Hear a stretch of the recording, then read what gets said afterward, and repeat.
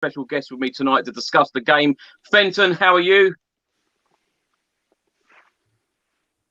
Hey, Fenton, are you there? I'm even better now that we got 3 points and we won. I can't really say more than that. We won. Good stuff. Josh, thanks so much for joining us again. How are you doing? Not too bad. Yeah, very happy with those 3 points. It's better than what happened last week. And so glad that they just put that performance in. And what a fantastic performance from Gareth Bale. Absolutely. Ben, and thanks so much for joining us again. Of course, YouTuber Ben Borman. Ben, how are you doing? Yeah, doing great, Chris. I know it's been a week to forget, given last Sunday we've all had our heads a bit low, but tonight's really poked everyone up. Absolutely.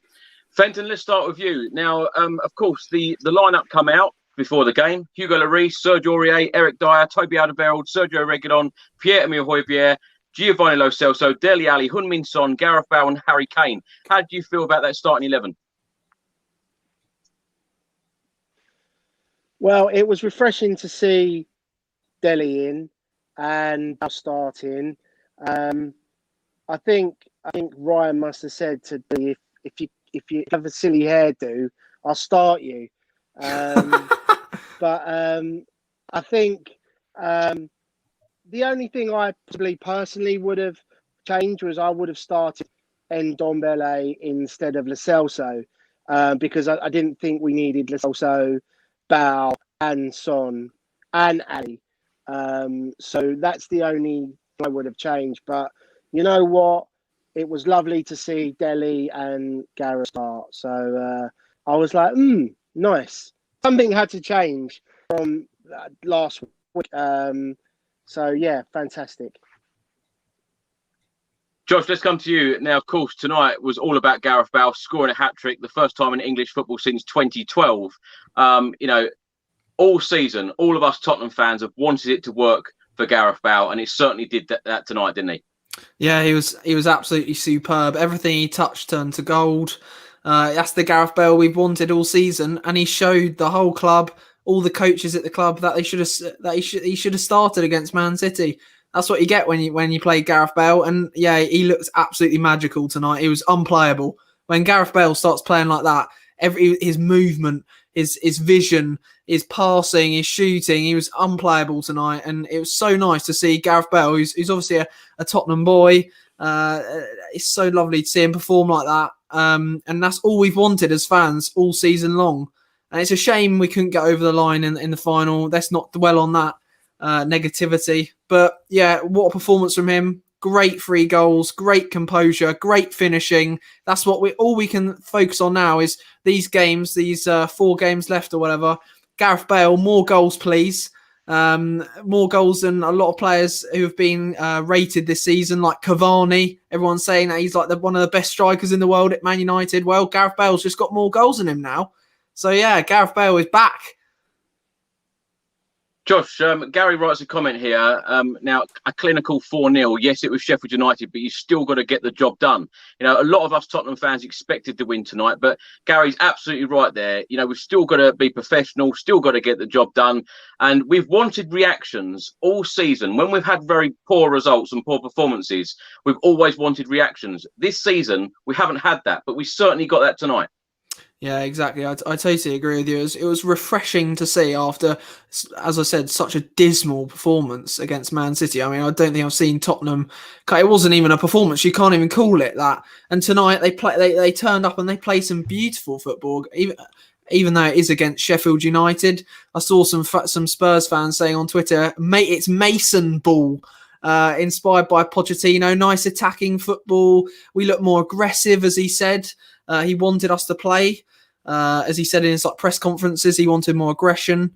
I've written some things down here. I thought we had more desire than under Jose. We were winning second balls, which we weren't doing, making far more attacking runs.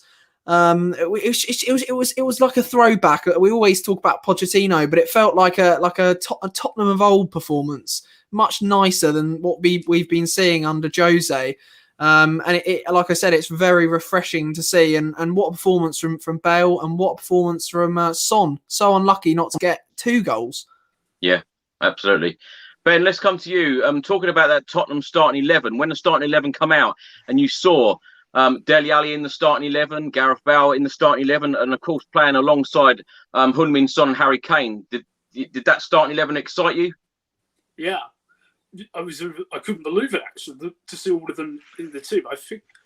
I mean, Bale I could kind of see starting, but when I saw Dele in the team too, I was like, oh, like this is like full on attack football, you know. And this is what a lot of our frustrations this season in games is when you just play us one way all the time, not play the opposition. So when you're against Sheffield United, you can go essentially with 5 forward-thinking players. You know, you've got the license to do that with these kind of games, and once you give them the creative freedom to do it, as we saw tonight, you know, we could score goals for fun, and you saw us do it. You know, the freedom that they had, how quick everything.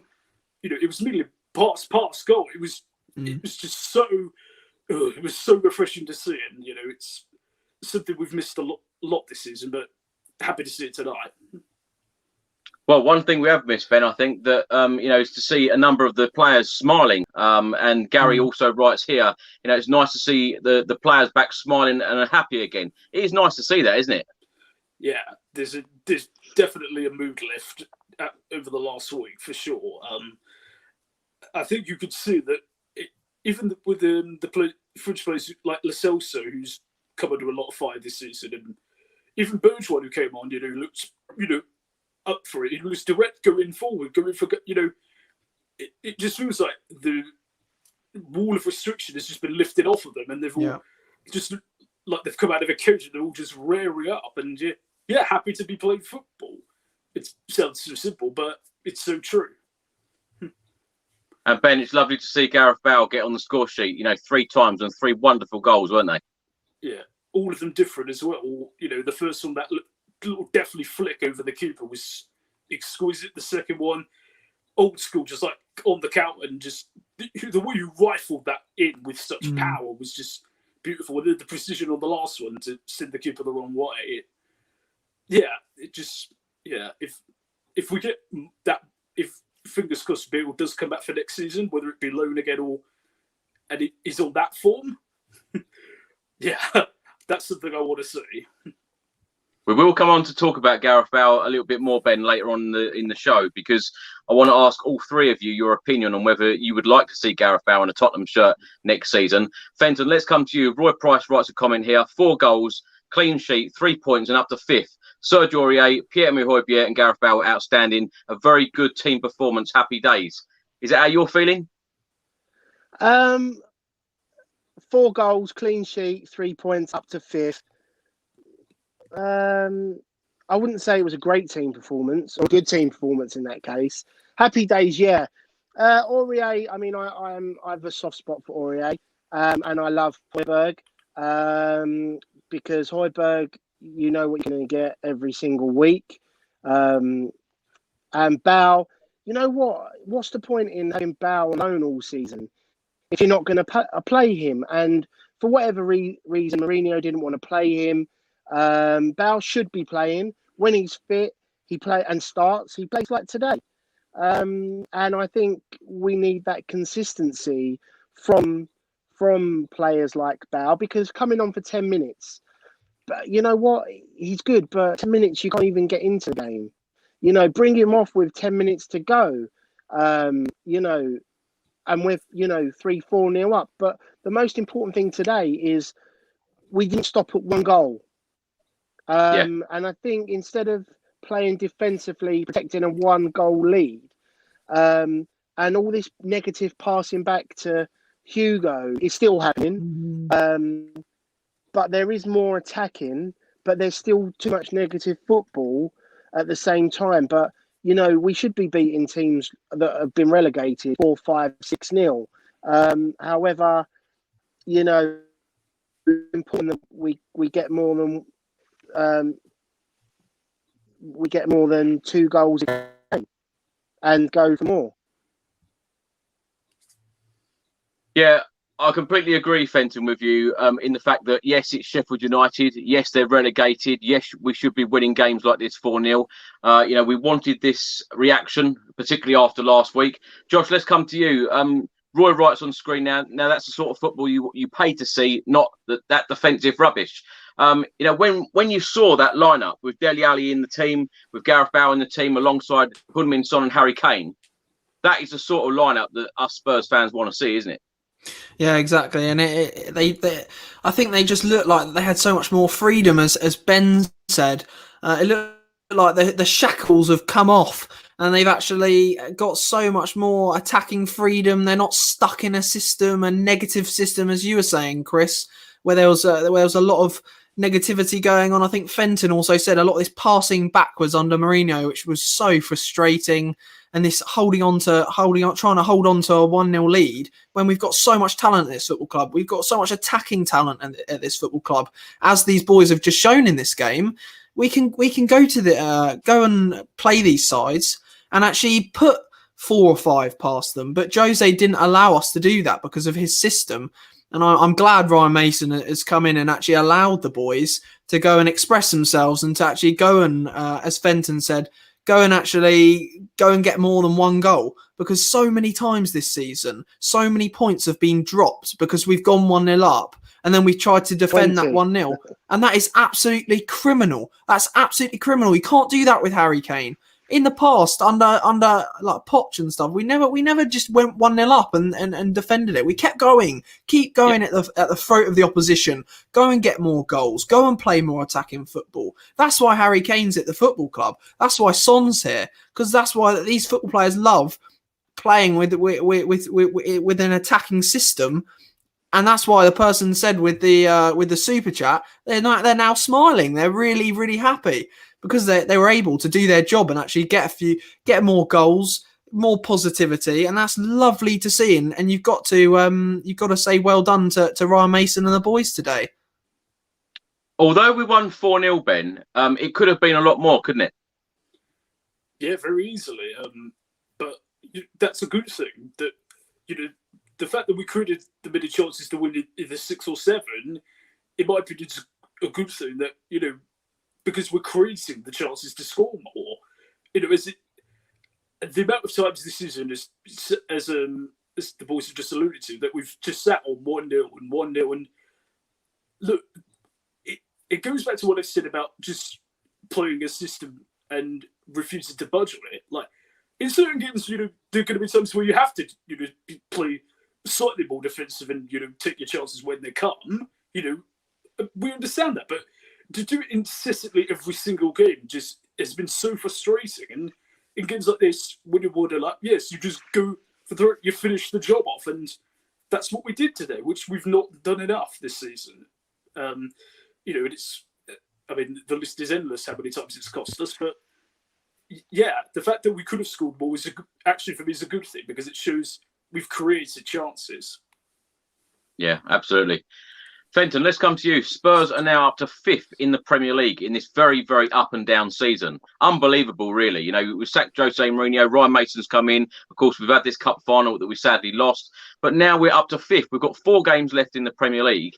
How are you feeling about Tottenham possibly getting this European place next year? Are you feeling that bit more confident now? Are we talking Europa or are we talking Champions League? Whatever you think. I think Champions League is going to be a bit tough because we're still 6 points. I think we're 6 points behind Chelsea, are we? And we're quite a way behind Leicester. However, I was looking at West Ham. Got Burnley. West Ham managed to get a draw against Burnley. We're actually 5 points behind Chelsea. I think we. How many places get Europa? Is it 5 and 6? 5th and 6th, yeah. Yeah, I don't see why we can't get 5th or 6th. But is that good enough? Let's be honest. The players like Kane, Dele, Son, Champions League. They take Champions League over win a trophy unless it's the Premier League. You know, what we can't forget now is football's a business. And although everyone wants to win a trophy, and we all want trophies because us fans, we want silverware. Football's a business, and I think to attract the players to the club and that's keep us up there, we need Champions League, and that's always got to be the forefront of any manager. We need Champions League. It'll be great to win a trophy, and we had an opportunity, but unfortunately the players didn't perform again. You know, how many times are we going to get to a final and not perform, or a semi-final and not perform? You know, we do that regularly, not perform when we need to. And I think we've got to focus on the positives, and push for Champions League and push for Europa place, because that is very realistic at the moment. Well, talking of positives, Dele Alli was back in the starting 11. Josh, what did you make of his performance tonight? I thought he grew into the game. I thought at first he looked like he hadn't played for a while. Obviously, he hasn't. I think they said he'd only started 3 games. We haven't seen much of Dele Alli this season at all. But I thought he grew into the game. I thought he did some positive passes going on through the game. But at first, he did look very rusty. But that's expected. I think you can't expect a player who hasn't started for so long to come in and play like the best midfielder in the league. But yeah, we all as Tottenham fans, I think everyone wants Dele Alli to succeed. I don't think there's a single Tottenham fan out there who just wants Dele Alli to kind of not succeed and be negative. I think everyone wants him to succeed. We know what he's capable of because we've seen it ourselves. He's got so many goals for us, and he's put in so many great performances for us. We just want him back to his best. And obviously under Jose, that wasn't possible. So it was nice to see him start today. It's a big difference. I thought it's strange. It's like old Tottenham. It felt like Tottenham of old. Dele Alli back in there, little 1-2s with Harry Kane, getting involved. We've missed that, I think. I think we missed that little disruptor. My dad's always said he's like a little disruptor in midfielder. He always causes problems for the opposition. But obviously it is strange not seeing Ndombele in the team. Obviously he's such a talented footballer himself, and I'm sure he'll be in there interchanging with Dele Alli. And in the summer, if Dele Alli's staying at the club or not, we'll see. But yeah, I just want to shout out one player. I saw some comments in the comment section on the StreamYard. Is Serge Aurier today was so fantastic. He gets so much criticism, Serge Aurier, but I thought it was absolutely superb today. A handbag of assists, and his performance was top notch, especially after making that mistake against Man City to give away the free kick where the goal came from. But I thought today he although it's not enough to obviously rectify what happened, I thought he put in a shift much better than usual, and he deserves the credit for doing that. I totally agree, and that brings me perfectly on to talk about the first goal. Ben, we'll come to you. 36 minutes gone. Gareth Bale got his first goal of the game. A lovely ball over the top from Serge Aurier, and a brilliant finish from Gareth Bale. You know, Josh is absolutely right there. You know, Serge Aurier gets a lot of stick, you know, most weeks from Tottenham Hotspur fans. What did you make of his performance tonight? He was second best player on the pitch other than Gareth Bale. He was phenomenal. I think he obviously does more good moments than bad, or it's just that he often chooses the worst possible timing to make bad decisions, and it ends up proving to be very costly, as you saw last Sundays. And I think that's the reason his mistakes get highlighted so often. But you know, when he's good, he's brilliant. And you saw for that first goal, he saw Bill just beginning to make the run through the Sheffield United backline, just chipped it, just didn't put much power. He's chipped it perfectly over the top for Bale to just, and the flick from Bale too is just absolutely exquisite over there. It's just so perfectly weighted, and yeah, a lovely assist and a lovely goal. Is he a better attacker than he is defender, though, Ben? 100% he is, yeah. 100%. That's no debate.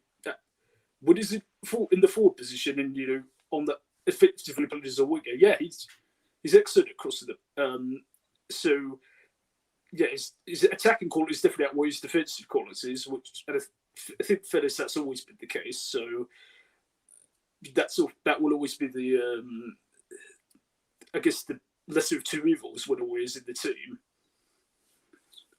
When you see Gareth Bale finish the goal like that for 1-0, Fenton, let's come to you. After 36 minutes, a lot of us are then wondering why on earth Gareth Bale wasn't in the starting lineup, during Jose Mourinho's time. Why do you think that is? Because Jose come out a number of times and said, well, if he's fit enough, he'll definitely be in the starting 11.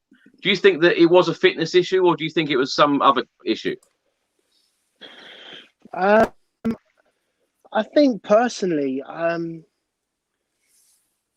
it must be personal issues, because you know what? I probably would still play a half-fit Bale. If you start him, he can come off. Like I said 10 minutes ago, you bring him on in the 85th minute for 5 minutes plus injury time, stoppage time. It takes 20, 25 minutes to get into the game. And you can't, if we're losing or drawing, for a player to make that kind of impact, no matter who you are. I don't think Ronaldo, Messi would make an impact in 5 minutes. So you can't really expect Bale to either. The same reason Mourinho didn't like Dele. For some reason, people don't like certain players for whether their attitude or they don't think they don't fit in their plans. But, it's easiest for us fans to sit and criticise, but we don't know what goes on behind closed doors. We don't know what goes on the training ground. However, we only see what the media and the press hype or don't hype. And, if a new head coach comes in like Ryan has done and wants to play a different philosophy or change the team about to fulfill the team's strengths, then great. But I don't think Jose actually knew his best 11. There was no consistency. It was chopping and changing more than my weekly shopping list. It was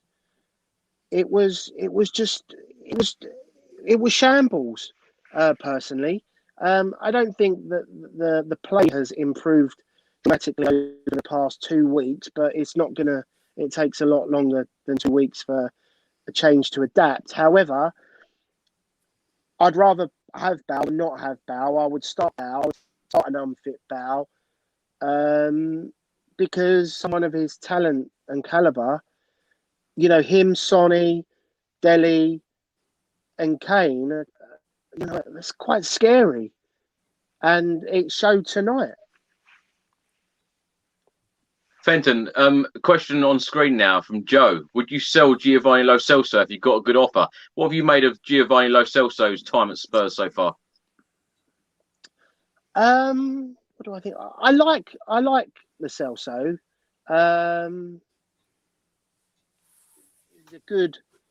He's a very good squad player. But who I personally like would have played on Dembele instead of him tonight, because he's a more of a creative player than he does a different job to Ndombele, and Ndombele and Højbjerg seem to be like, that midfield looks so like tough, and it kind of missed that. And also he dinks a few good balls. I haven't seen Lo Celso do much, but I wouldn't sell him unless we got good dough. But then, you need strength in depth. You need a big squad, a good, strong squad. And I think, the likes of Liverpool, City, previously in the past, and obviously Man United now, you need those good players to have in the squad. We start selling players for the sake of selling players. We're going to have a great starting 11, but our bench is going to be quite weak. And I think when you look at the bench, and you've got Bergwijn, you've got Lamela, and Dembele, Winks, Joe Hart as goalkeeper, you've got then a couple of others. You've got quite an attractive bench. So unless you're going to replace him with someone else that can be good on the bench rather than just a player to make up numbers, then no, I wouldn't sell him. Yeah. Josh, let's come to you. Roy Price writes now, guys, not sure you've noticed, but Jose Mourinho's gone. Let's move on from him. Now, interestingly, we bring Jose Mourinho up a number of times on these chats because, of course, how different it is now. When you go back to last week's cup final, Harry Winks in the starting 11. Of course, he wasn't in the starting 11 tonight. I don't think Jose Mourinho would have made that call last week. And even tonight's game, playing Dele Alli in the starting 11 and playing Gareth Bale in the starting 11, I don't think that would have happened either. So there are big changes already under this interim time under Ryan Mason. Yeah, I totally agree. I think, obviously, different managers, different philosophies, different coaches. And as Ryan Mason himself said, and we've said this before, he wants to bring the attacking football back. He wants to bring the to dare is to do philosophy back into the club. Whereas I think Jose sucked that out of us. We were kind of just, as we've said before, just playing defensive football, trying to hold on to 1-0 leads. But I don't think we shouldn't just not talk about Mourinho, because we still bring up Poch.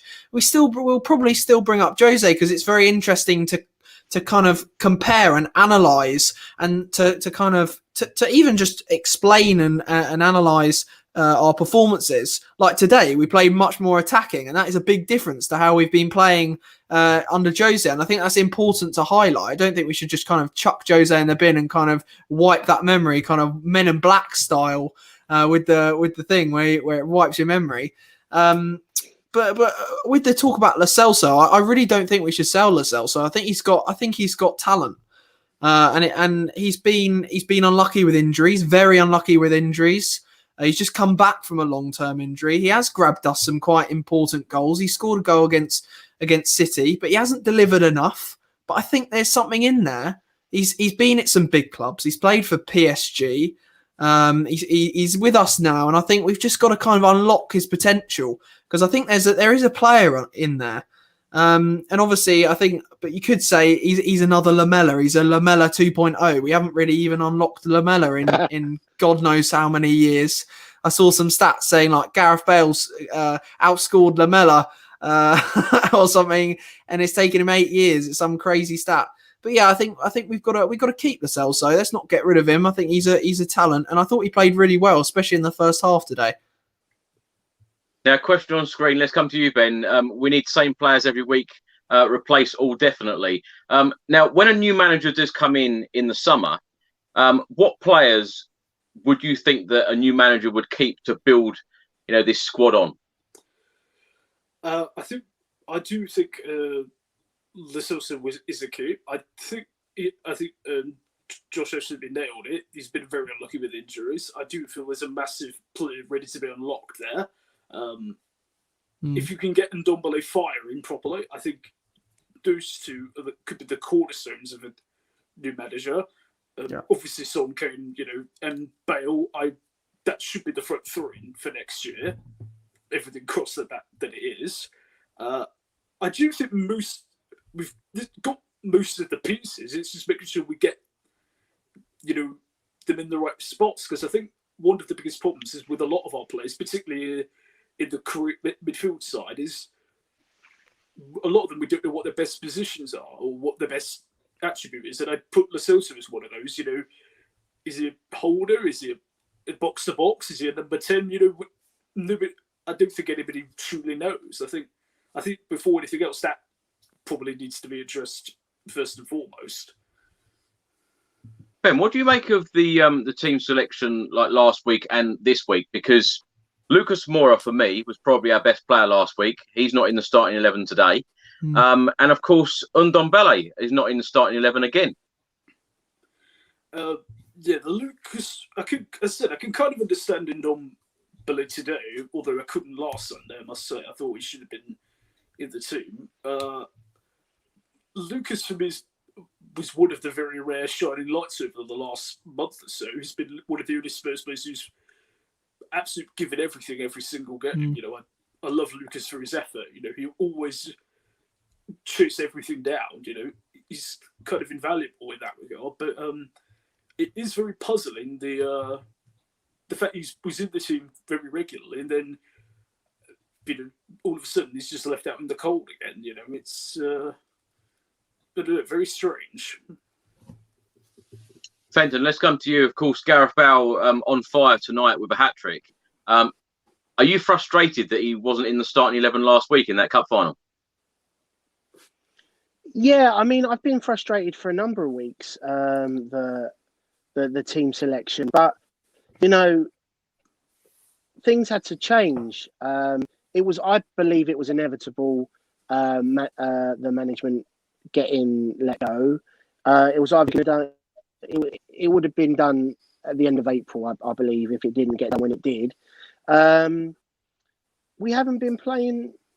We haven't been playing as a team. There's been no gel. There's been no chemistry. They haven't been the same team that we have enjoyed watching for the past few years. I don't know what went on. Bale was extremely frustrating. Like I said, what's the point in having him on loan and not featuring him? And I'm not surprised that he started today, because let's be honest, that Man City game last week was awful, like beyond awful. And you can't keep that same team because it was that bad. So, you're going to have to make changes. And Ryan made changes, positive changes in my opinion, and brought Gareth and Dele into the forefront. And I think for next week's game, he should stick with the same 11, apart from my choice of Dembele for Celso. But Gareth Bale, whatever his age is, he's still got it. And okay, he may not be as fast as he was, but you know what? When you see him do what he did tonight, it's just fascinating to see and watch. And I'd love to hopefully get the opportunity to see him live at the stadium if he's back next year. Yeah. Josh, let's come to you. Bob Spur TV writes, and by the way, do check out his channel as well. Sorry, but I'm unable to get excited about us beating a team already relegated. Anything but a good win was at least expected today. I was expecting a big win, today, and I must say I agree entirely with that statement. I know, some Tottenham fans might be getting carried away tonight, thinking everything is back to normal. But this is a game that we should have been battering Sheffield United, a relegated team. Up to this point, they'd played, they'd lost 26 Premier League games this campaign. We've got 4 Premier League games left: Leeds United away, Wolves at home, Aston Villa at home, and Leicester City away. How are you feeling right now as a Spurs fan, particularly after this dreadful cup final that we had last week? Beating Sheffield United 4-0 today. Did you expect it, or are you super happy with this reaction that we've got tonight? How are you feeling? I think it's a bit of a tough one, because for me, as a Spurs fan, it almost feels like normal. I think if we'd been like a champions team, winning loads of trophies, and then suddenly we've gone down the toilet, I think you've got a reason to be heartbroken. But this has been happening every year for a very, very long time. Not turning up in cup finals, not turning up in huge games. So it's kind of made me immune to it. As a Spurs fan, I'm just talking my heart. I think I'm immune to it now. So I think the only thing you can get excited for is every game as it comes, whether it's Sheffield United or whether it's Aston Villa, Wolves or Leicester to come. We've got to put each game behind us and move to the next one, because otherwise you're just never gonna move forward and be positive. And I don't think you can call that being delusional, because like Tottenham, we haven't won a trophy for so many years. So it's nothing different, is it? I mean, we lost to a team with Man City, although it was a dismal performance. We lost to a team that is probably going to win the Champions League. They're the best team in the country, and they only put one past us, and we played terribly. So I think we're lucky not to get absolutely smashed, to be honest, the way we performed. And no, I'm not getting carried away with a 4-0 win over Sheffield United, but it is nice to see us actually turn up especially after such a terrible performance against Man City. I think it's a nice contrast. It's enjoyable to watch that kind of football, and we can only hope as Spurs fans that they'll play like that against bigger sides. And I think quite a few other people, I think someone's giving a bit of the large one in the chat, saying that we're going to face some men next week playing Leeds United, who play very expansive football with Marcelo Bielsa. I think that will be a bit more of a challenge. I think our games going forward are challenging. These teams that we've got to play, they may not be the top in the top six. They may not be the super clubs, but they still give a good fight. I mean, look at what Aston Villa did the other night against Everton. They put in a great performance and got the 3 points. I think that's going to be a tough game, even though it's at home. I think Leicester, I mean, they're in the top 4. And Wolves, although they've had a bit of a shocking season, it's always a hard game against Wolves. We haven't got easy games. But saying that, so is Chelsea. Chelsea have got a terrible run in. They've got to play Manchester City. They've got to play Leicester, Aston Villa, same fixtures as us, and they've got an Arsenal London derby. So they've got harder games than us.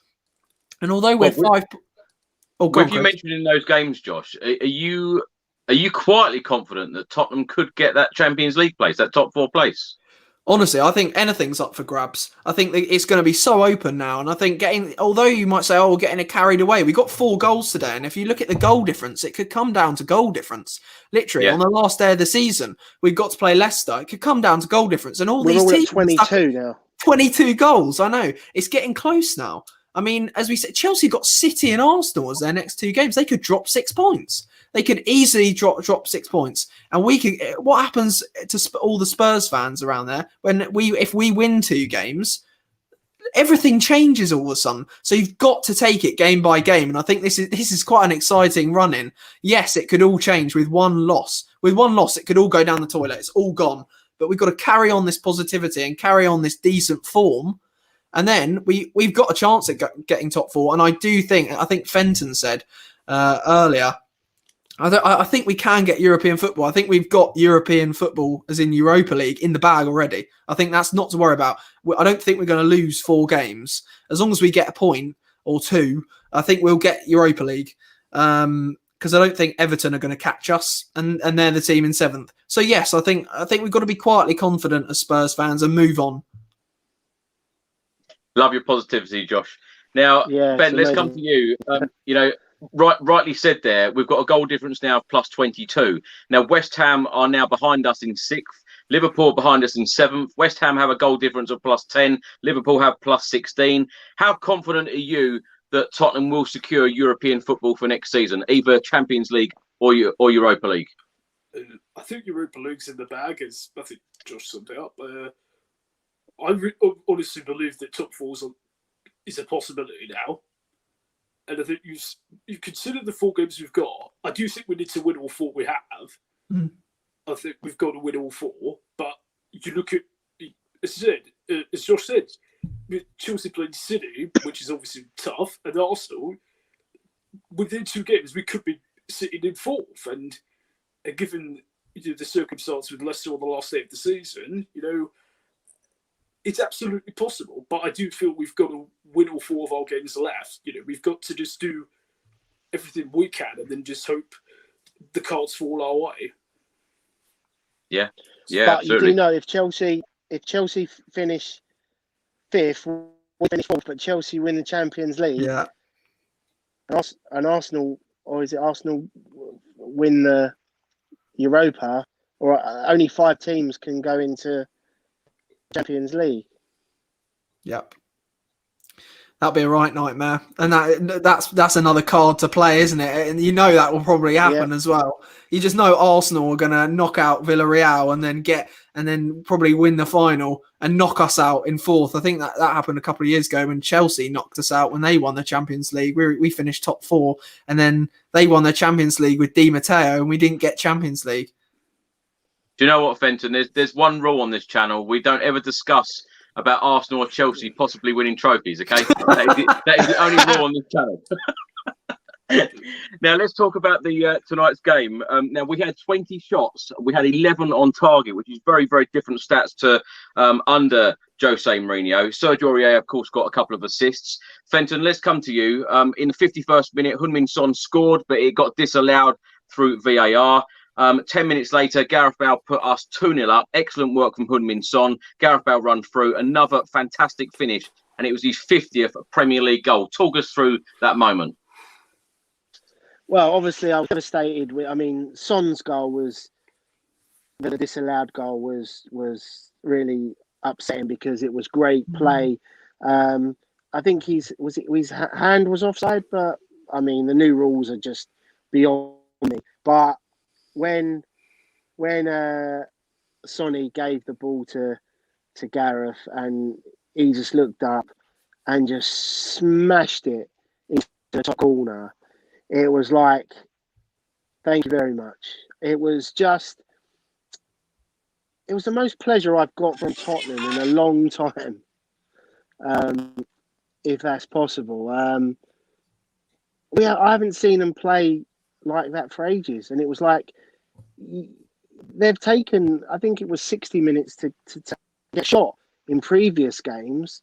So for them, not that I've been a stat geek and keeping an eye on how long it takes us to get a shot, but it's 15 minutes today, which has been better than previous, on target, that is.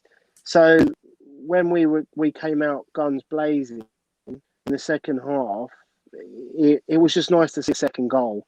And then the third goal just was like, thank you. And you knew a fourth one was going to come, and it could have been 6 or 7, but it couldn't have happened like Bale. It couldn't have happened to a better geezer, because he deserved that. He deserved the hat trick, and go and get that ball signed and get it up on the mantelpiece, boy. Well, let's talk about our third goal. Josh, let's come to you. Of course, Gareth Bale got his hat-trick in the 69th minute and then went off about 5 minutes later. But great work again from Serge Aurier. Laid it off to Gareth Bale, who finished wonderfully yet again. Yeah, exactly. It was a beautiful, instinctive finish and a little assist from Serge Aurier. Great again for him to get involved and yeah, it's so nice to see Gareth Bale getting these goals, and we have missed it this season. I think he could have got even more. I think he's got 9 goals this season in the Premier League, and everyone's called him a flop. But I think that's not bad return. But I think he could have got more, and I think he's got the potential to get more in these next 4 games. He could quite easily end up with, if he keeps playing like this, he could end up with 14 or 15, and I think that would be it could be classed as a decent season from Gareth Bale. But yeah, it's so lovely watching Gareth Bale play for Tottenham. There's nothing better, and I think it might have been Ben or Fenton said earlier. It's so heartbreaking as Spurs fans not being able to watch him live. It's actually a travesty, honestly, because we're just unlucky that we're in a bloody pandemic. Because I think the stadium would have actually erupted seeing Gareth Bale score those goals and kind of. Even as we said, it is a bit of a reaction. I know it's Sheffield United, but I think it would have been a nice release from the fans just to watch that, and to watch Gareth Bale put in a shift like that. Josh, would you like to see Gareth Bale in a Tottenham shirt next season? Yeah, I would. I genuinely would, and I think Real Madrid want to offload him. Their chairman Florentino Perez said he's not part of their plans for next year. I think he's at home at Tottenham. I think he's still got the quality to play for Tottenham, as he's shown tonight. I think he's got to be there, and he's got to be starting and playing and getting involved every game, not being benched, as Fenton said. Messi or Ronaldo or Harry Kane, for example, can't make an impact within 5 minutes. No player can do that. I mean, that's just not going to happen, is it? Gareth Bale's got to be in there. He's got to be starting. That is how he's going to impact, and that's how he's been scoring a lot of goals. And I'm sure there's some people who know all the stats out there, but Gareth Bale has got so many goals for us. He's got something like, now we're scoring that hat-trick, it's like 11 goals in 11 starts or something. That is quality. I mean, that is a great return from Gareth Bale, and we do need that. I think to win trophies, I know it's a bit of an ironic thing to say after what we've been through in the past week, but to win trophies, you've got to have a very good front three scoring lots of goals, and Bale provides that, and I think that's why he's got to stay. Ben, let's come to you. Now, Josh rightly mentions there about Gareth Bale not starting in that cup final last week. That was very disappointing for me. But, for you, would you like to see Gareth Bale in a Tottenham shirt next season? Has he done enough? 100% I would, yeah. I think you've seen since New Year that he seems to have finally got his foot in again. He's got great chemistry with Son and Kane, and that's been proven. He's got his shot back. His looks look good under him. He looks more reminiscent of Bale and old. I know, obviously, you can't expect him to burst out the wings like he used to, but he's still got 90% of what he had in his first spell. And, arguably, obviously, his development as a footballer has improved. And there's no reason to not, get him back next season. The fans are so desperate for it. Just picturing the first game of next season, sunny day at the Line, full stadium, with watching Gareth Bale, Son and Kane as a front three it just can't not happen. It's got to happen. Do you think he wants to stay though, Ben, for next year? I think he does. I think slowly over the course of the year, his head's gone more to wanted to come out. I think he's beginning to feel loved again. Yeah. I think, as has been very well known, is issues with everyone pretty much at Real Madrid, not just Perez, Zinedine Zidane. Of course, they famously it's fair to say don't speak very often. I think that's been made clear. And I think you just going back to when he reached signed, the day that he arrived at the training ground, how many people were there waiting for him to arrive? Yeah, he knows how much he's adored by us, and I just think that surely would go some way to convincing him to come back next year, whether it be a loan again or permanent. Either way, they've got to do it.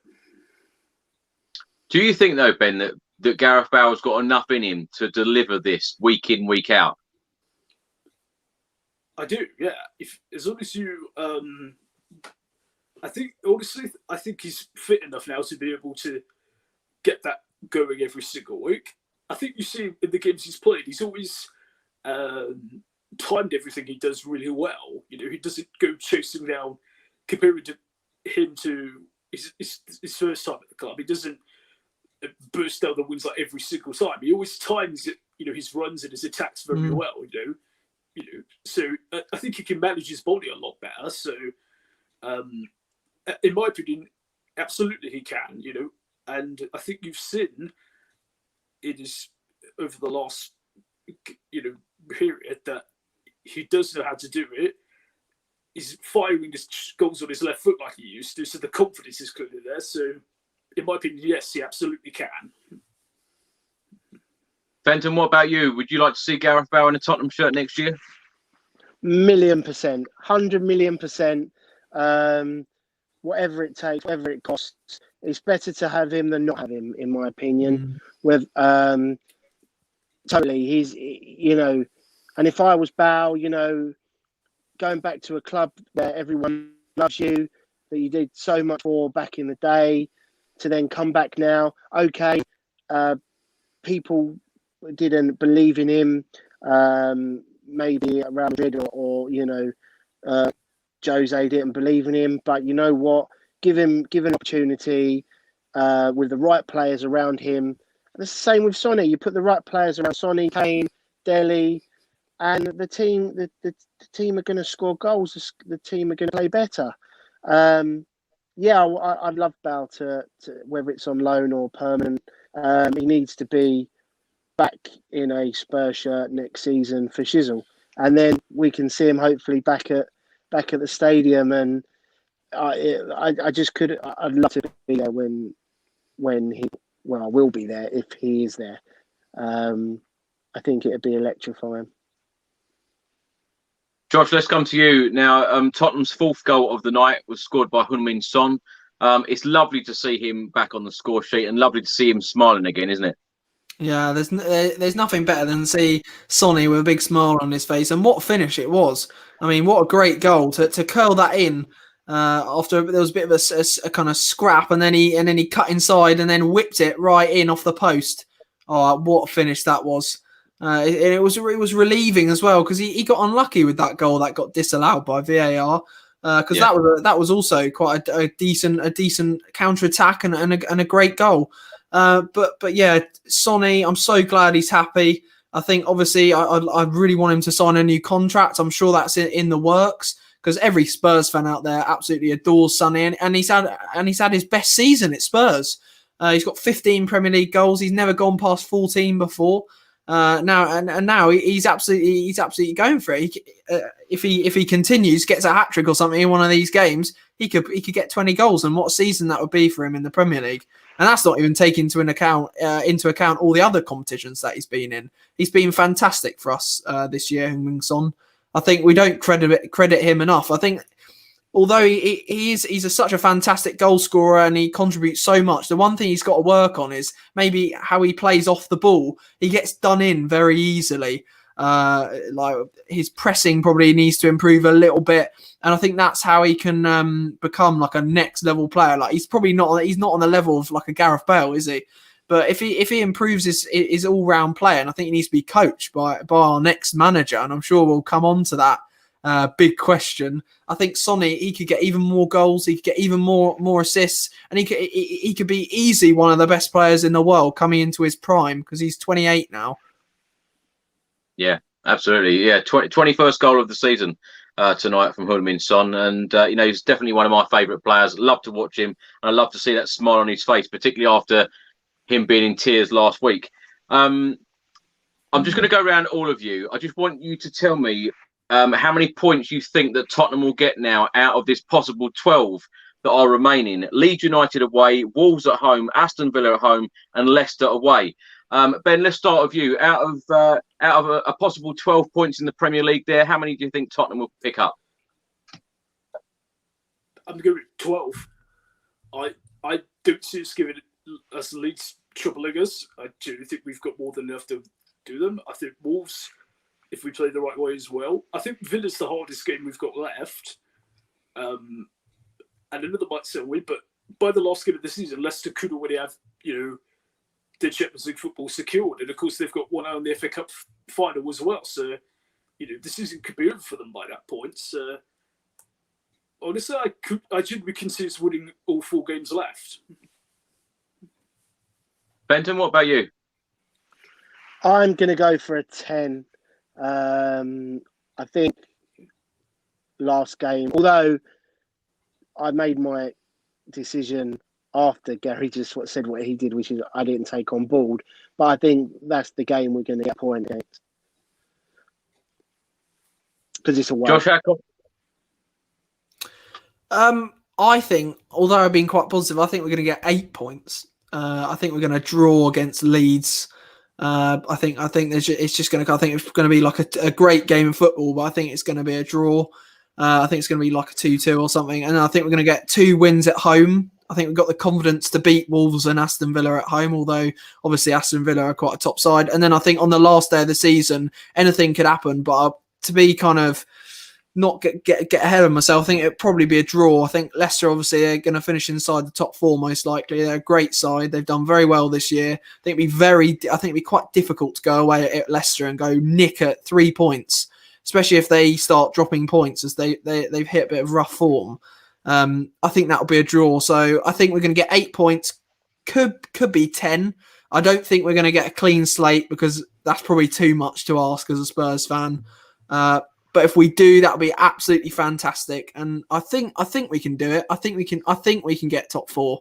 And as I said before, we just got to take each game as it comes. But what do you think, Chris? I'm going to go with 8. I'm going to go with 2 wins and 2 draws. Yeah.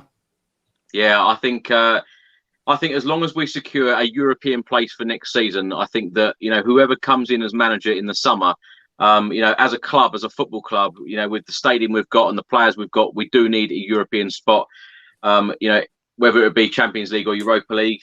The big question for me is, will Harry Kane stay? I think it's going to be a real now or never. I think if he goes in the summer, if he doesn't go in the summer, I think he'll be at the club for the rest of his career. I really do. I'm just hoping and praying that Harry Kane stays, but there has to be real intent from Spurs to do major things. And as he said this week, when he won the individual award at the London Football Awards, that he wants to win major prizes with the team. And that's what really worries me. But let's talk about possible new managers.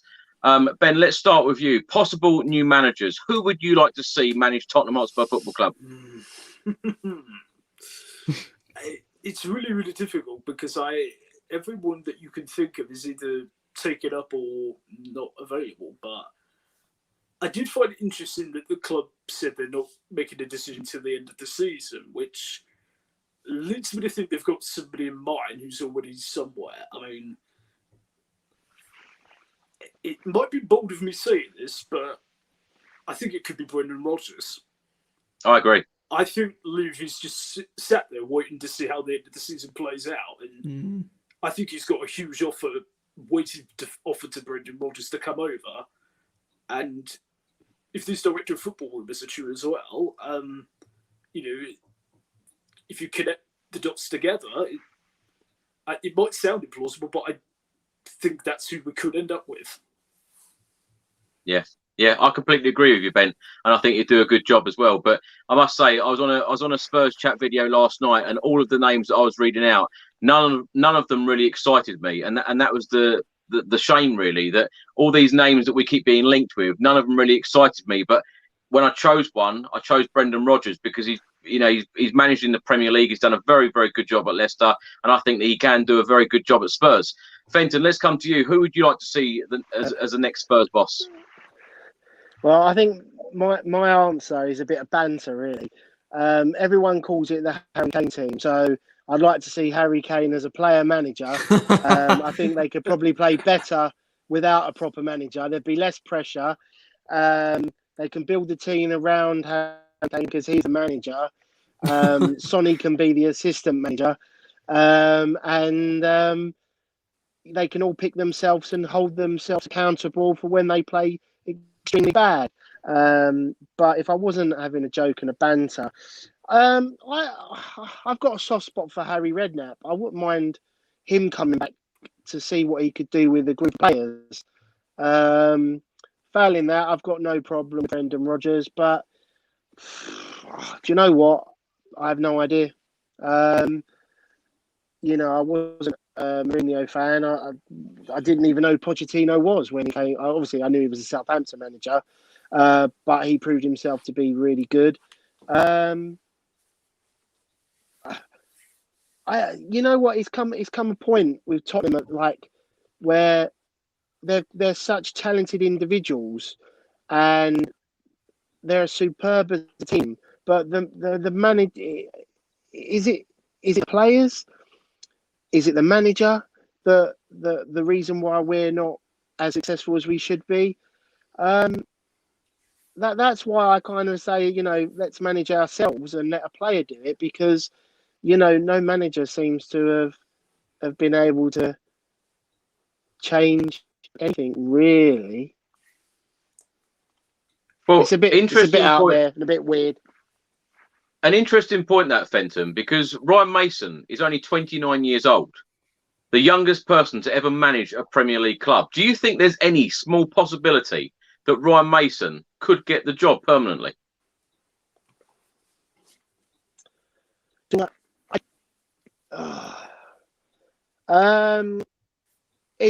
can't rule it out. There is a possibility, yes. Yeah, you cannot rule that out.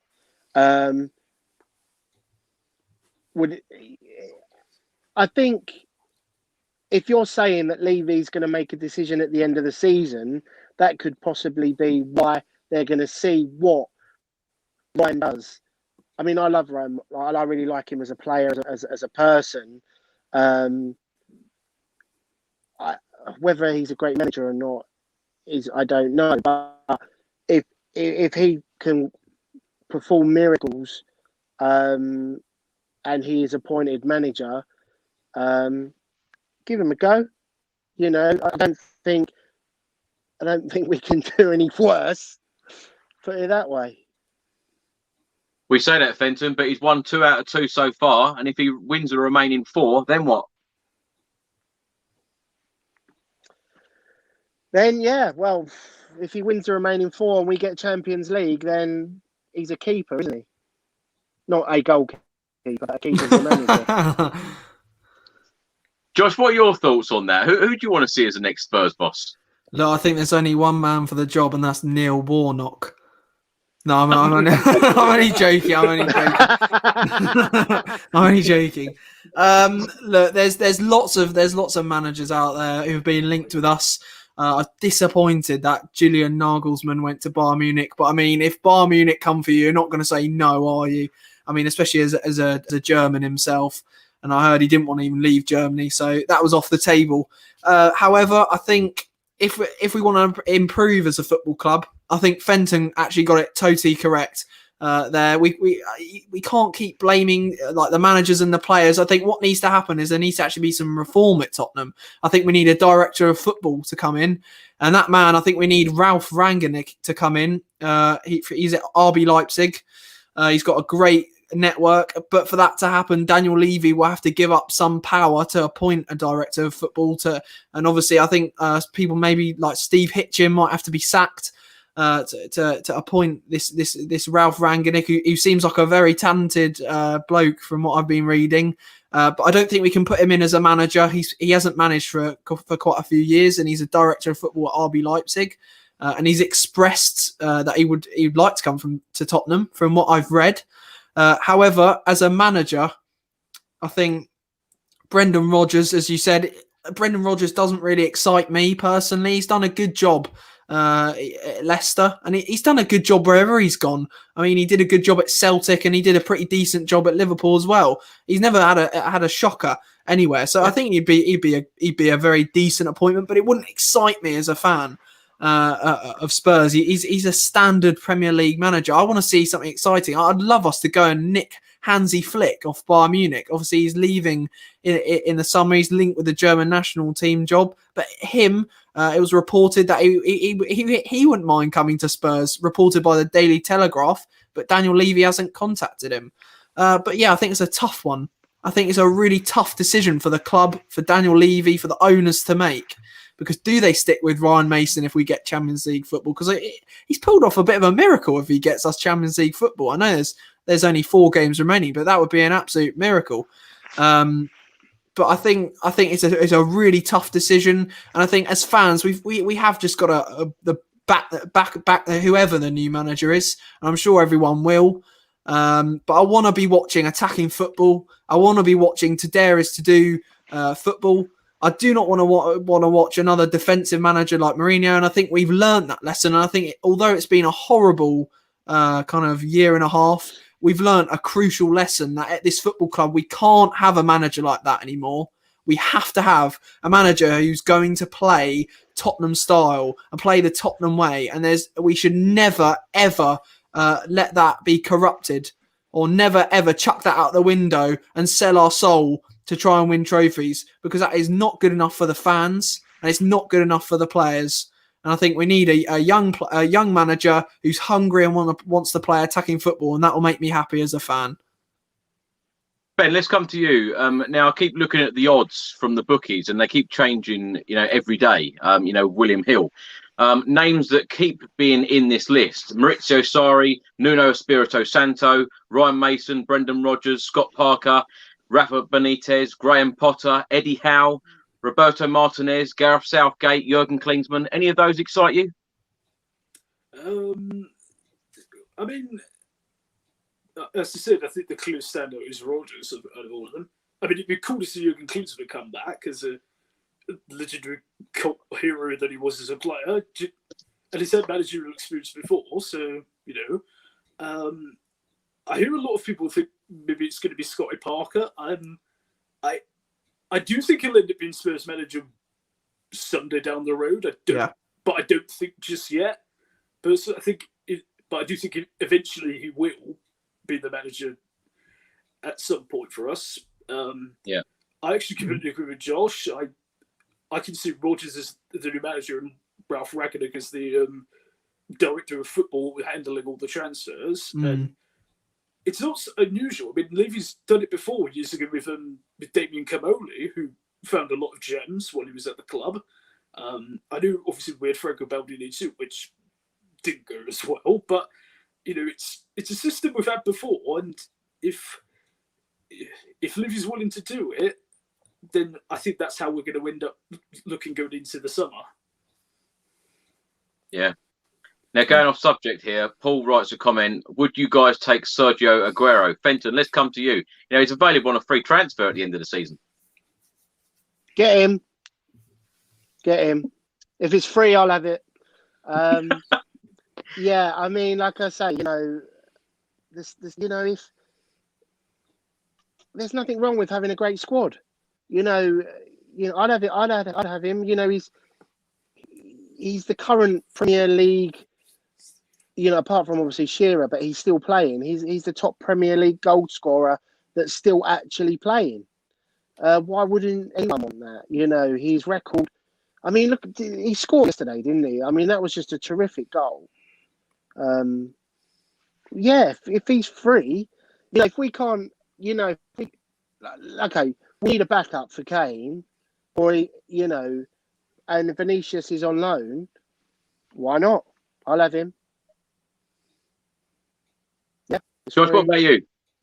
Yeah, I mean, Sergio Aguero, one of the legends of the game in the Premier League, won so many titles. I think he's still got it. But at the end of the day, nothing's free in life. He'd probably bring quite a hefty wage, quite a hefty salary. I'm not sure what he's on at Man City, but I'm sure it's probably in the hundreds of thousands of pounds a week. And if Daniel Levy's, if he's willing to pay that, then I think it'll be a good opportunity to bring someone like Sergio Aguero to the club. He's just saw in that Crystal Palace game where he scored a pretty decent finish, quite similar to how Gareth Bale scored today. I think why not? Why not bring him in? I don't think you could kind of, if Harry Kane left, Sergio Aguero is the replacement. That wouldn't be a good option in my opinion. But as a backup, if Vinicius leaves and we don't sign him, why not? I think that would be a great addition to the squad, bringing more experience, bringing a serial winner into the team, which is what I know we talk about Mourinho a lot, but Mourinho was trying to build a team with winners, and I think there's nothing wrong with that.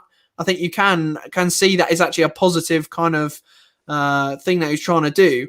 But yeah, as Mr. Simon says on the screen, would he want to come to Spurs and just sit on the bench behind Harry Kane? Because that is the number one problem that we've had for a very long time with bringing strikers to the club. They see Harry Kane, they see that he's a world-class, probably the best striker in the world, and they go, no, I don't want to come to Tottenham. I don't want to come and sit on the bench. So yeah, maybe he won't come. But I'd love to see him at the club. I mean, he's a legend of the Premier League. Would he come to sit on the bench, though, Josh? Or would he be a starter because Harry Kane leaves? Now, Ben, let's come to you. What keeps Harry Kane at Spurs next season? I think the only way that he can is some form of European football. I think is a must. And this Levy has got to get him some kind of guarantee that he's investing in the team, because it is, you said it earlier, Chris, it's now or never for Harry at 28 years old. You know, if he's ever going to move, this is the year to do it. And you said it, if he stays, he'll stay the rest of his career, but he's at the crossroads now, and you know, he's at the absolute pinnacle of his career. He is the best striker in world football. It's not even a debate. He's miles ahead of everyone. He could fit into any team anywhere in world football, and Daniel Levy knows that. So he has got to move heaven and earth to convince him to stay here. And if it's not enough, then fine. But he has got to do everything in his power and his bank account to seriously, how he wants Levy, pay him, because we need him. Yeah. Fenton, when I asked you earlier about would you like Gareth Bale at Spurs next season, obviously all of us Tottenham fans want to see Harry Kane at Spurs next season as well. But how does that happen? Because Harry Kane has said so often now about he wants to win trophies. Now, it's another trophyless season. You know, gutted to say that. Another trophyless season at Spurs. You know, what keeps Harry Kane at Spurs for next year? Yeah, but you said it's another trophyless season. We've had opportunities, and it's for no fault of the players. You know, it's not my fault, it's not your fault, and it's not any fan's fault. It's not a manager's fault. It's the players' fault. And if they want to win trophies, they have to deliver for the manager, for themselves, and for us fans. So, to say, oh, I want to go to a team and win things. Well, it's not like you never had an opportunity at Tottenham. We've been in semi-finals, we've been in a few finals, and they haven't delivered for one reason or the other. So I can't, everyone criticise, Spurs haven't won anything, but it's not like we've been knocked out of the third round of every competition for the last 13 years or however many years we haven't won anything. They just don't perform. And that's the team not performing, not the manager performing, the fans not performing, because we perform as fans. The manager, well, that's debatable. But it's the players who can't take responsibility. So, if he wants to go to another, team, who's he going to go to? Is he going to go to a Premier League? Now, in my opinion, he's not going to go to another Premiership team. He wants to break Shearer's record, and I've said it since day one. I think he will do that at Tottenham. And then if he wants a little jolly holiday to play in Spain or America or wherever he wants to go after that, once he's broken all records, because I think, although we all want to win stuff, I think what's more important really is, he wants to be the best player in the Premier League. I don't think he's going to go to United or City. I don't know. I just can't imagine him playing for another Premier League team. If he's going to go anywhere, it's going to be abroad just to see what he could do in a foreign country. I don't think it's a money thing, because he's the highest paid Spurs player, and he's got he's got 3 children now here. It's a big responsibility to shut up shop and go abroad. You've got to take that into consideration. He wants to break records. I can't see him going to. I mean, I could be wrong, and you can all throw egg on my face and what have you, but I think he will stay at Spurs.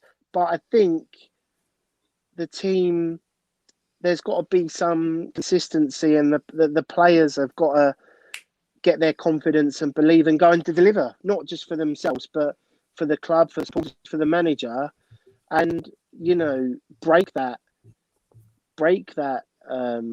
negative Spurs can't win a trophy, because we can. We're very capable with the players that we've got and the players that we get in, but it's up to themselves to whack their heads together and deliver for everyone. Josh, for me, I think the only thing that could sway Harry Kane's mind to stay at Spurs for another season is if we do get that Champions League spot. But then again, if we did do that, is it enough?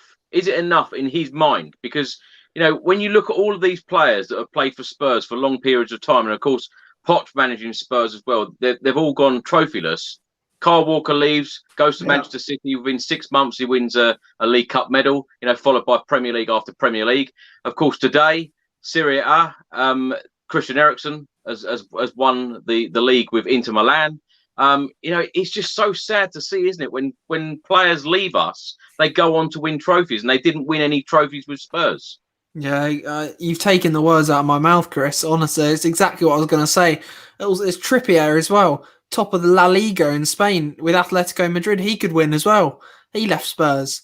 It's very sad to see all these talented players who are at our football club. They go off. Best example is Gareth Bale. Look at Gareth Bale. He went off and he won the best trophies in football time after time with Real Madrid, winning so many Champions Leagues, Spanish leagues, and whatnot. But with the Harry Kane situation, look, it's a really tough situation. I think for the football club, for other clubs who might want him. I think the only clubs that could afford him, as you said, are the Manchester clubs, City and United, and then the foreigners. I don't see him moving abroad. As Fenton said, he's got a young family. I think that would be kind of that wouldn't happen. I can't see that happening, especially with the pandemic as well. That's just not going to happen. I hate it. I can see him in a Man United top, and it's horrible. I really, it would break my heart seeing Harry Kane in a Manchester United or City top. It really would, and I'm sure he knows that deep down inside. He's a Spurs fan. He's a Spurs boy. He knows that feeling. It wouldn't feel right seeing Harry Kane. He is Mr. Tottenham. You can't see him in a Manchester United or Manchester City top. However, do those clubs even have the kind of the financials to afford him? Daniel Levy is gonna want extortionate money for Harry Kane. I mean, his left foot is worth 100 million, in my opinion. And then you've got his right foot and his head as well. And that's not forgetting his shoulders. I mean, come on now. Every part of his body is worth 100 million pounds. He's going to break the Premier League goal scoring record. Alan Shearer is going to be left behind. Harry Kane's going to hold that record. But it's going to be a tough one to keep him. I mean, you are right. I think if we get Champions League football, even with Europa League, I think he might stay another year. But as we've just said, I think he is hitting a crossroads now in his career. He can see all these players that have left Tottenham and won the best trophies in football.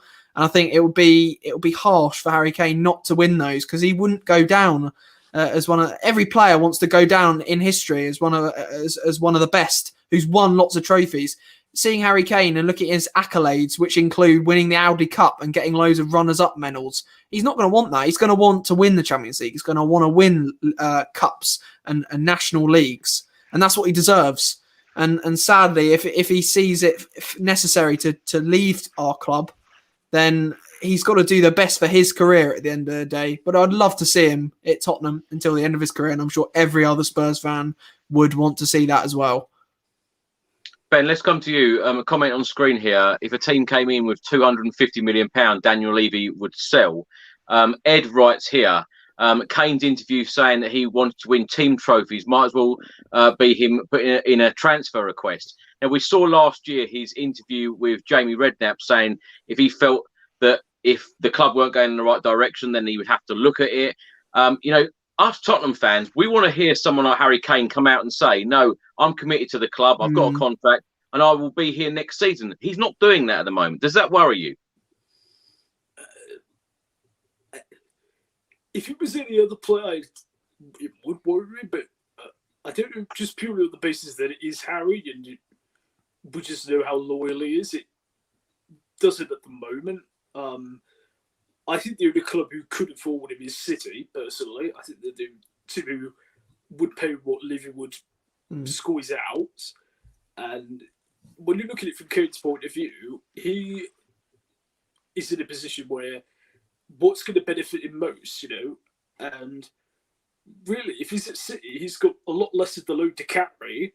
If he's playing with Kevin De Bruyne, with Bernardo Silva, with Sterling, with the embarrassment of riches he's got, he'll be scoring goals he'll be scoring 50 goals a season at that team. And winning Premier League after Premier League and God knows what else. So ultimately it's down to him, and he's got to do what's best for him. Ultimately, I mean, we all hope in our hearts he stays, but if he does, I don't think you could begrudge him if he did. Yeah. Last question for you all. Where do you think that Spurs will finish in the Premier League at the end of the season? And your score prediction for our next Premier League game, Leeds United away. Fenton, let's start with you. I think we've finished fifth, sadly. And I think we will beat Leeds 3-1. Good stuff. Josh? Kane, Sonny and Bale. Lovely. I think we're going to draw 2-2 with Leeds. I think it's going to be a great game, and I think it's going to be a draw. That's a gut feeling. And I think at the end of the season, I think Chelsea are going to have a mess up because of their Champions League is going to distract them. I think West Ham aren't going to get European football, and Tottenham are going to come fourth. Wow, you are confident, Josh. Well, got to keep positive. A draw in the next game, but we're still finishing fourth. Yeah. Wow. It's going to happen. Ben, what about you? We're getting top four. We're finishing in fourth. And, I really fancy us to score next week. I'm going 4-1 against Leeds. I think it's going to be open. I think we can just pick them off, especially if we are in the attacking move we're in today. I think it could be a goal fest. Wow. Okay. I'm normally so positive on these chats, and you guys are putting me to shame because I'm saying 5th, and I'm saying a 1-1 draw next week. Well, I love your confidence, Ben. And I love your confidence, Josh, as well. Ben, thank you so much for joining me. Tell everyone where they can find you on YouTube. It's Ben Spurs 21 on YouTube, but in fact, everyone on social media discussing anything and everything Spurs. So, as ever, if you fancy a little look, don't forget to type in and enjoy. Absolutely, Fenton. Thanks so much for joining me tonight. Thank you for having me. Been a pleasure. Josh, thank you very much as always. Cheers, lads. Cheers, Chris. Always good. Thank you very much for watching, everyone, and thank you so much for all of your comments. There have been hundreds and thousands of comments today.